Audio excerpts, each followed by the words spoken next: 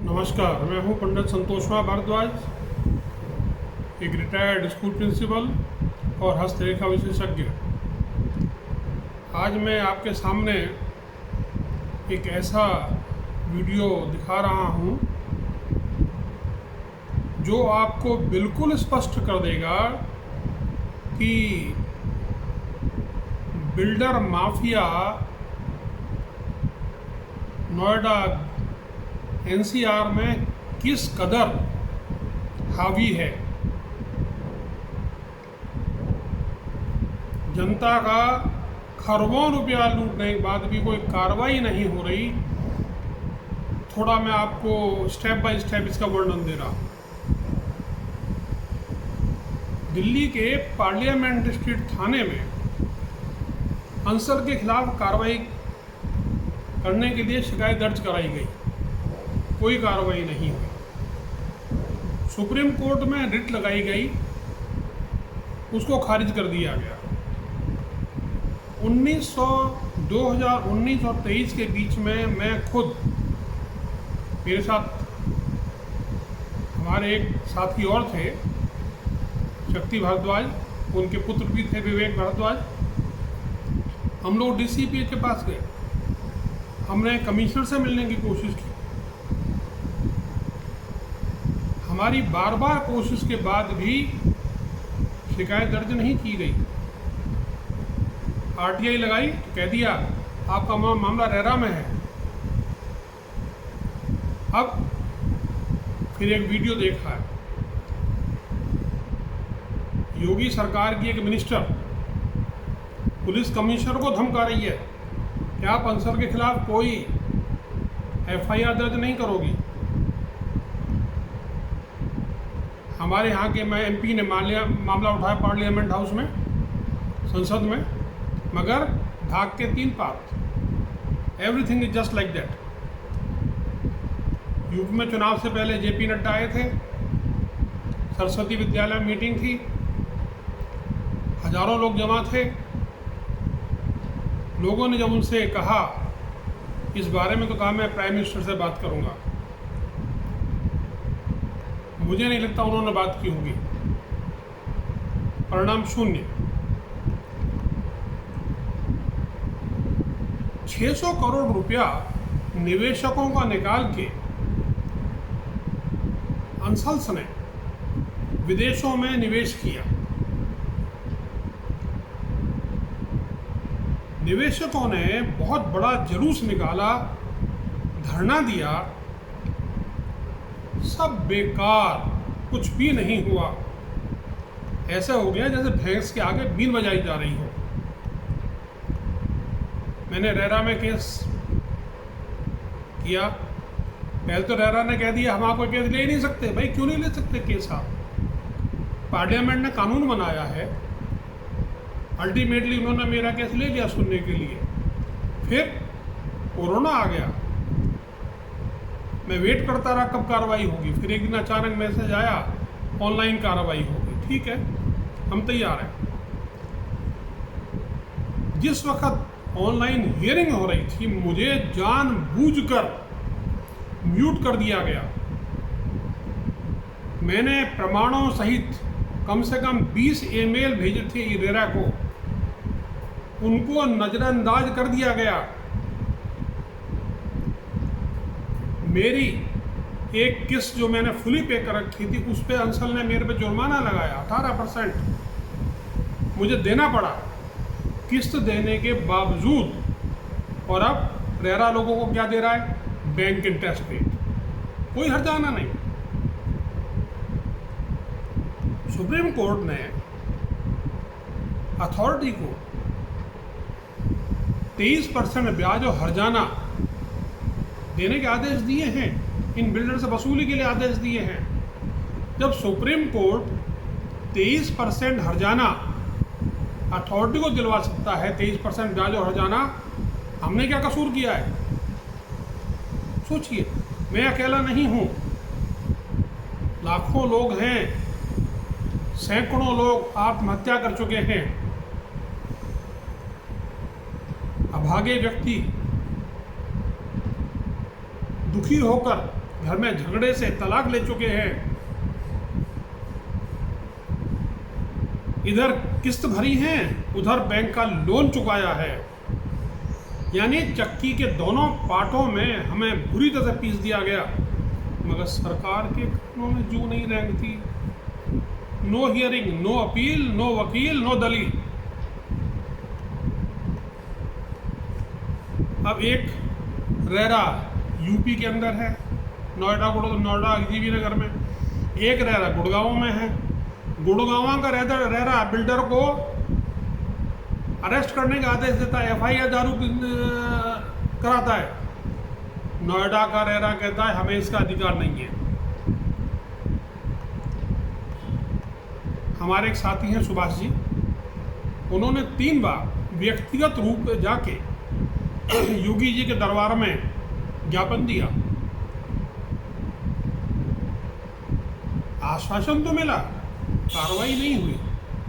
Retired व्यक्ति हैं, income का कोई साधन नहीं है, बच्चे की हालत गंभीर है, उनकी पत्नी ने अपने बच्चे की जान बचाने को किडनी दी है अपनी, मगर सरकार के कान आंखें दोनों बंद। अंसल के खिलाफ धोखाधड़ी का मामला बनता है, गबन का मामला बनता है, टॉर्चर का मामला बनता है, मगर कोई सुनने वाला नहीं। वो अपने आप को दिवालिया घोषित कर देता है, NCLT में चला जाता है। तो रेरा कहता है भाई अब तो हम सुन ही नहीं सकते, उधर रेरा हुआ तो NCLT में चला गया। लो जी, कमाल हो गया। अरे भाई, इस तरह की हरकत करने पर विदेशों में बात अगर करते हैं तो चलिए मैं चाइना का एग्जांपल देता हूँ। बिल्डर का पासपोर्ट, वीज़ा, उसकी चल अचल संपत्ति, कारें, हर चीज़ तत्काल जब्त कर ली जाती है। आप चेक कर लें, गूगल कर लें, आपको मिलेगा इसका परिणाम। अब मुझे अच्छी तरह से मालूम है, एक बहुत बड़े बिल्डर है, उनको हजारों एकड़ ज़मीन मायावती के शासनकाल में किसानों से छीन के दी गई। किसानों को भरपूर मुआवजा नहीं मिला, हाई कोर्ट में केस लड़ते रहे, कुछ लोग अब भी लड़ रहे हैं। उसके बाद अखिलेश को तो आप जानते ही हैं, अखिल उत्तर प्रदेश के मालिक। अब ये ज़मीनें, मैं यहीं पैदा हुआ हूँ, मैंने यहाँ की पैदावार देखी है, इतनी ज़बरदस्त पैदा होती हैं फसलें यहाँ पर, कोई मुकाबला नहीं है, मगर वो ज़मीनें छीन कर बिल्डर्स को दे दी गई। दे तो दी, उनसे पैसा वसूल नहीं किया गया। क्यों नहीं किया भाई? कुछ तो आपकी आपस में मिली भगत है। अब अंसल का एक प्रोजेक्ट सुशांत लोग बोडागी स्टेशन के पास है। मैंने सन 2012 में एक डुप्लेक्स मकान बुक कराया, कीमत 1 करोड़ 10 लाख। मेरे से 35 साढ़े 35 लाख रुपए ले लिए गए और ये कह दिया गया कि with in 6 month you will get the house. आज 2023 है, मकान नहीं मिला। रिटायर्ड हूँ, क्या करूँ? अगर कोर्ट में चला गया तो मेरी बची कुची ज़िंदगी लड़ते लड़ते मर जाएगी, निकल जाएगी, मैं मर जाऊँगा, मुकदमा नहीं होगा सॉल्व। आप भी जानते हैं मैं सही कह रहा हूँ। अब